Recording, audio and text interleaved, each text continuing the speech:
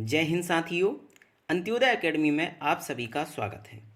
आज का यह वीडियो हमारी 3 मार्कर स्पेशल सीरीज़ का रहेगा। यह वीडियो मॉडर्न हिस्ट्री के 3 मार्कर को कवर करेगा।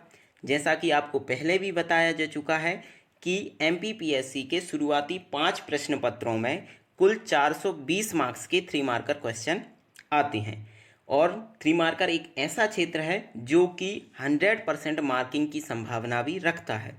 इस आधार पर हमने इन 3 मार्कर क्वेश्चन में 320 मार्क्स गेन करने का यहाँ लक्ष्य भी रखा है। हिस्ट्री के लिए हमारी कंप्लीट 3 मार्कर पीडीएफ आ चुकी है जो कि कई विद्यार्थियों ने खरीद भी ली है। इसी 3 मार्कर पीडीएफ से 2019 की मुख्य परीक्षा में सीधे 11 क्वेश्चन आए थे। कुछ क्वेश्चन बाहर थे जो कि वर्ल्ड हिस्ट्री के आप सभी जानते हैं कि अनएक्सपेक्टेड रहते हैं, लेकिन उनमें से भी जैसे एक थर्मिडोरियन क्वेश्चन था तो वो हमारी 3 मार्कर पीडीएफ से सीधा था। तो आप इस पीडीएफ को खरीदकर आपकी हिस्ट्री के 3 मार्कर की तैयारी बेहतर ढंग से कर सकते हैं। यदि आपको यह पीडीएफ चाहिए तो आप किसी भी ऑनलाइन मोड जैसे पेटीएम, गूगल पे, फ़ोनपे से जो 2 नंबर नीचे दिए गए हैं 8269390563 या फिर 9039922718 पर ऑनलाइन मोड से पेमेंट कर उसका स्क्रीनशॉट इन्हीं नंबरों पर व्हाट्सएप कर यह पीडीएफ प्राप्त कर सकते हैं। यह पीडीएफ कैसा रहेगा वह हम एक बार बता दे रहे हैं। पीडीएफ को आप देख सकते हैं। इस तरह से यह आपका पीडीएफ रहेगा जिसमें हमने कंप्लीट 1000 3 मार्कर क्वेश्चन हिस्ट्री के सभी पार्ट से कवर किए थे। इसमें आपको modern history, medieval history, ancient history, MP history और वर्ल्ड हिस्ट्री के क्वेश्चन मिलेंगे। चूँकि वर्ल्ड हिस्ट्री अब 2020 के सिलेबस में नहीं है तो आप इसको स्किप कर दीजिए। इसको स्किप करने के बाद भी आपके 822 क्वेश्चन 3 मार्कर हिस्ट्री के रहेंगे जो कि कंप्लीट रहेंगे। यह 3 मार्कर आपको 3 तरह से हेल्प करेंगे। पहला कि आपके हिस्ट्री के 3 मार्कर कवर हो जाएंगे। दूसरा, चूँकि 2020 के सिलेबस में 5th मार्कर क्वेश्चन आए हैं, हमने प्रत्येक क्वेश्चन में यह कोशिश की है कि मैक्सिमम 5 से 6 पॉइंट दिए जाएं, तो आपके कई सारे 5th मार्कर क्वेश्चन भी इस पीडीएफ से कवर होंगे। तीसरा इम्पोर्टेंस इसका है कि यह प्री के लिए अधिकांश फैक्ट कवर करती है यह पीडीएफ, तो आपकी प्री प्लस मेंस की तैयारी भी इसके साथ हो जाएगी। आप चाहें तो जैसे हमने ऊपर बता दिया है कि किस तरह आप इस पीडीएफ को परचेस कर सकते हैं, तो यह पीडीएफ आप प्राप्त कर सकते हैं। चलिए अब हम चलते हैं हमारे क्वेश्चंस की ओर। लास्ट वीडियो में हम लाहौर अधिवेशन तक कंप्लीट कर चुके हैं, जिसे मिलाकर कुल 126 क्वेश्चन डिस्कस हो चुके हैं। अभी तक आपने वो वीडियोस नहीं देखे हैं तो डिस्क्रिप्शन में उस 3 मार्कर की प्लेलिस्ट है, उसकी लिंक दी गई है, आप वहां से जाकर उन वीडियोस को देख सकते हैं। आज का जो हमारा पहला क्वेश्चन है वह है त्रिपुरी संकट। तो कांग्रेस का जो 1939 का त्रिपुरी अधिवेशन था उसी को त्रिपुरी संकट के नाम से जानते हैं। इसमें घटना क्या थी, तो यहाँ पर जो चुनाव होना था अध्यक्ष पद को लेकर वो 2 लोगों के मध्य हुआ, सुभाष चंद्र बोस और पट्टाभी सीतारामैया।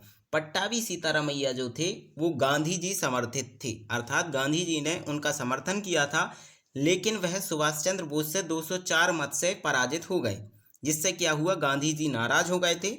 तो फलस्वरूप सुभाष चंद्र बोस ने अध्यक्ष पद से इस्तीफा दे दिया था। इसी घटना को त्रिपुरी संकट के नाम से हम जानते हैं। तो किस आधार पर आप इसे लिख सकते हैं वह देख लीजिए। 1939 की यह बात है, कांग्रेस का त्रिपुरी अधिवेशन था। घटना क्या थी, सुभाष चंद्र बोस का अध्यक्ष पद से त्याग दे दिया गया था, कारण गांधी जी समर्थित पट्टाभी सीतारामैया का मतदान में हारना, यह कारण था। बाद में जो अध्यक्ष बने थे सुभाष चंद्र बोस के इस्तीफा देने के बाद वह राजेंद्र प्रसाद थे। सुभाष चंद्र बोस ने इस्तीफा देने के बाद 1939 में ही फॉरवर्ड ब्लॉक की स्थापना की थी।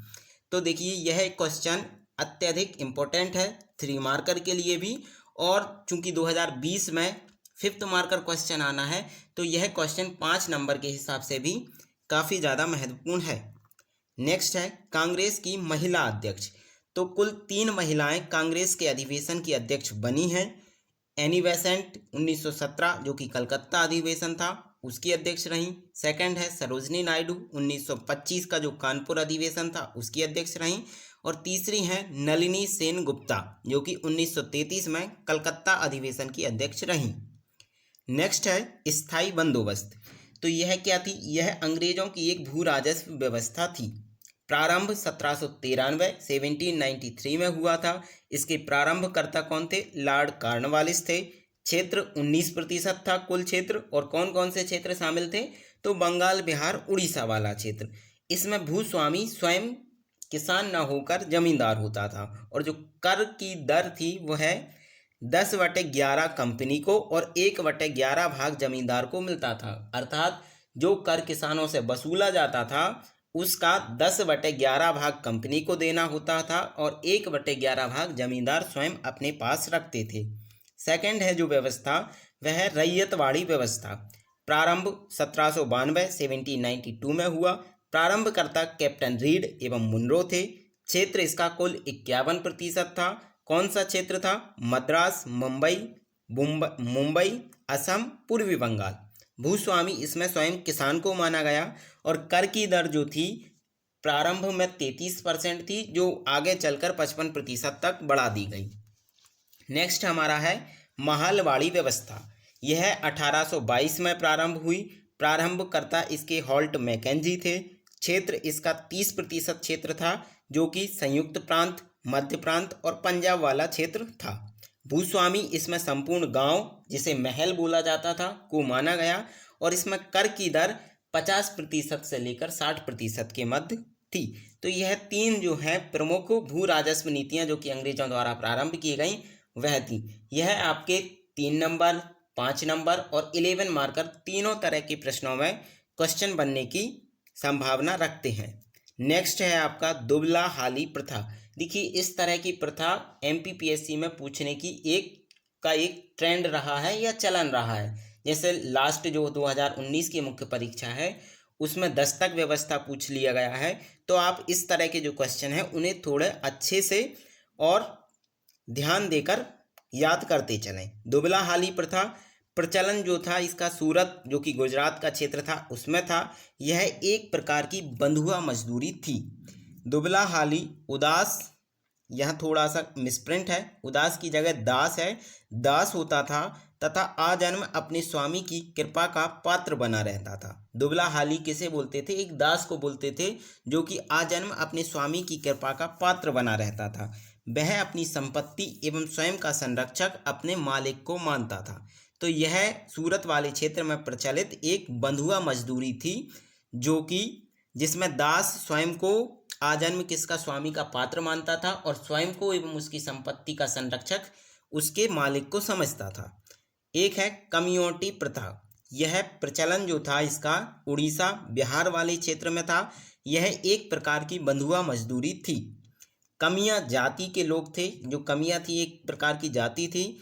कमिया जाति के किसान ऋण के ब्याज के बदले में महाजन या साहूकार की आजन्म गुलामी करते थे।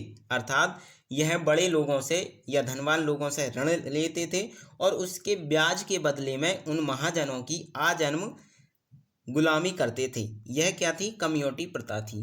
नेक्स्ट है बटलर समिति। तो इसका गठन मई 1927 में हुआ। अध्यक्ष इसके हरकोट बटलर थे। उद्देश्य क्या था? देसी राज्यों के साथ ब्रिटिश संप्रभुता की व्याख्या करना इसका उद्देश्य था। सिफारिश ब्रिटिश सर्वोच्चता वास्तव में सर्वोच्च है। बटलर समिति का जो गठन किया गया था उसका उद्देश्य था देसी रियासत एवं अंग्रेजों के मध्य के जो संबंध हैं उनकी व्याख्या करना। तो इसने क्या सिफारिश की? जो ब्रिटिश सर्वोच्चता है वह वास्तव में ही सर्वोच्च है। 4 पॉइंट आपने यहाँ देखे। इसका गठन 1927, अध्यक्ष हरकोट बटलर, और 2 पॉइंट आपके इसके उद्देश्य और सिफारिश के रूप में हमने देखे। नेक्स्ट है सती प्रथा। तो क्या थी ये?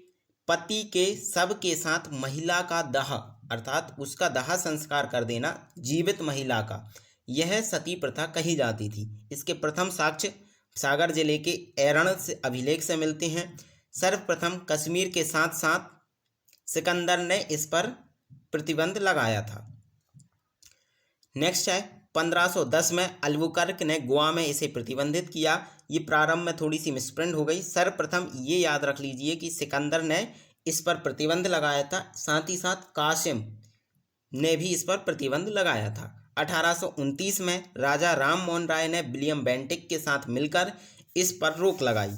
तो जो वैधानिक रोक लगी थी वह 1829 में राजा राम मोहन राय के प्रयास से विलियम बेंटिक के समय लगी। नेक्स्ट है कामागाटा मारू प्रकरण। यह 1914 की घटना है। कामागाटा मारू नामक एक जहाज था जिस पर 376 यात्रियों के साथ गुरुदत्त सिंह कनाडा पहुंचे।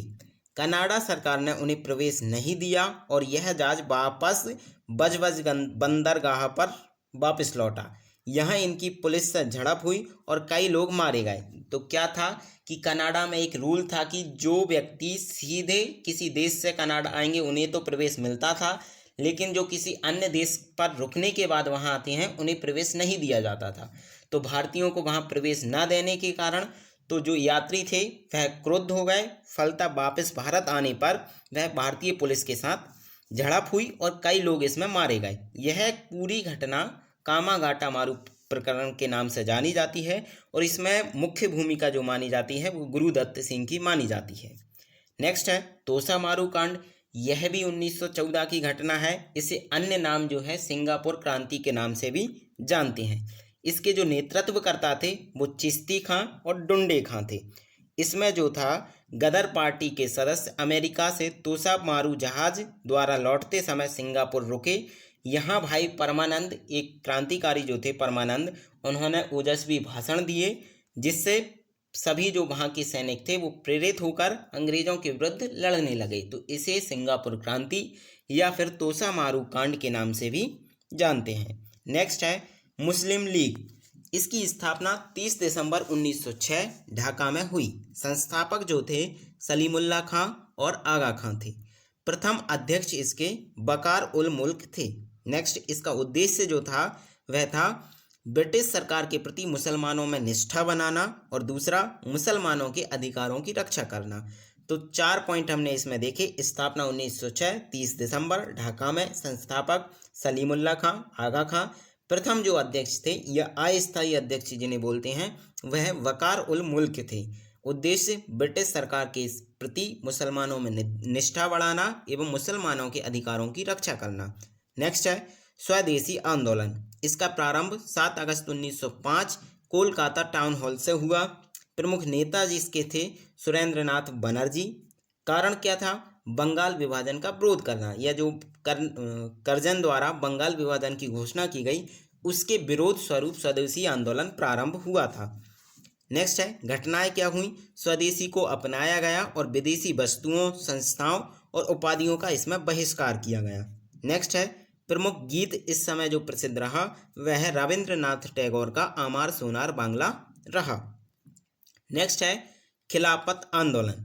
प्रारंभ 1920 में हुआ। नेतृत्वकर्ता इसके मोहम्मद अली शौकत अली थे। कारण क्या था? तो तुर्की का जो विभाजन हुआ था यह खिलाफत आंदोलन का मुख्य कारण था। महात्मा गांधी जी ने इस आंदोलन में महत्वपूर्ण भूमिका निभाई।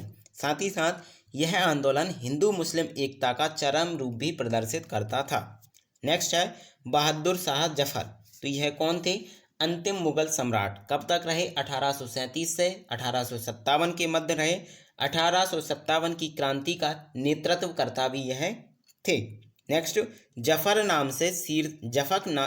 नामक शीर्षक से कविताएं लिखते थे और रंगून जो कि म्यांमार में था इसका मकबरा है। रंगून म्यांमार में इनका मकबरा है। नेक्स्ट है सुभाष चंद्र बोस। उपनाम इन्हें नेताजी भी बोलते हैं। 1920 में ICS में चुने गए। कांग्रेस के 2 अधिवेशन, पहला हरिपुरा और दूसरा त्रिपुरी अधिवेशन की अध्यक्षता की। 1939 में फॉरवर्ड ब्लॉक की स्थापना की। सिंगापुर में आज़ाद हिंद फौज का गठन किया। नारा भी दिया इनने, तुम मुझे खून दो मैं तुम्हें आज़ादी दूंगा। तो लगभग 3 से 4 पॉइंट आप इनमें लिख सकते हैं जब इनका कोई क्वेश्चन आए। नेक्स्ट है आज़ाद हिंद फौज। स्थापना 1 सितंबर 1942 में हुई। संस्थापक जो थे वह कैप्टन मोहन सिंह थे। अन्य में रास बिहारी बोस एवं सुभाष चंद्र बोस थे। इसका नारा था दिल्ली चलो। सफलता क्या मिली? मणिपुर तक इन्होंने नियंत्रण स्थापित कर लिया था। तो यह आज़ाद हिंद फौज हुआ। नेक्स्ट है लाल किला मुकदमा। यह 1945 की घटना है। 1945 में आज़ाद हिंद फौज के अधिकारियों पर देशद्रोह का आरोप लगाकर लाल किले पर मुकदमा चला, जिसे लाल किला मुकदमा के नाम से जाना जाता है। इसमें जो प्रमुख अभियुक्त अर्थात जिन्हें दोषी माना गया था वह प्रेम सिंह सहगल, शाहनवाज खान और गुरुदयाल सिंह ढिल्लों थे। इसमें जो बचाव दल के नेता थे या वकील थे उनमें भूला भाई देसाई, अरुणा आसफ अली, कैलाश नाथ काटजू आदि शामिल थे। यह आपका क्वेश्चन हुआ। नेक्स्ट है एशियाटिक सोसाइटी ऑफ बंगाल। आज का यह हमारा लास्ट वीडियो है। इसकी लास्ट क्वेश्चन है। स्थापना 1784 में हुई। मुख्यालय इसका कोलकाता था। संस्थापक विलियम जोन्स थे। उद्देश्य साहित्य का विकास करना। विलियम जोन्स ने अभिज्ञान शाकुंतलम एवं गीत गोविंद का अंग्रेजी में अनुवाद किया। तो विलियम जोन्स द्वारा स्थापित 1784 में स्थापना हुई। कोलकाता में इसका मुख्यालय था। उद्देश्य क्या था? साहित्य का विकास करना। और जो विलियम जोन्स थे उन्होंने अभिज्ञान शाकुंतलम एवं गीत गोविंद का अंग्रेजी में अनुवाद किया।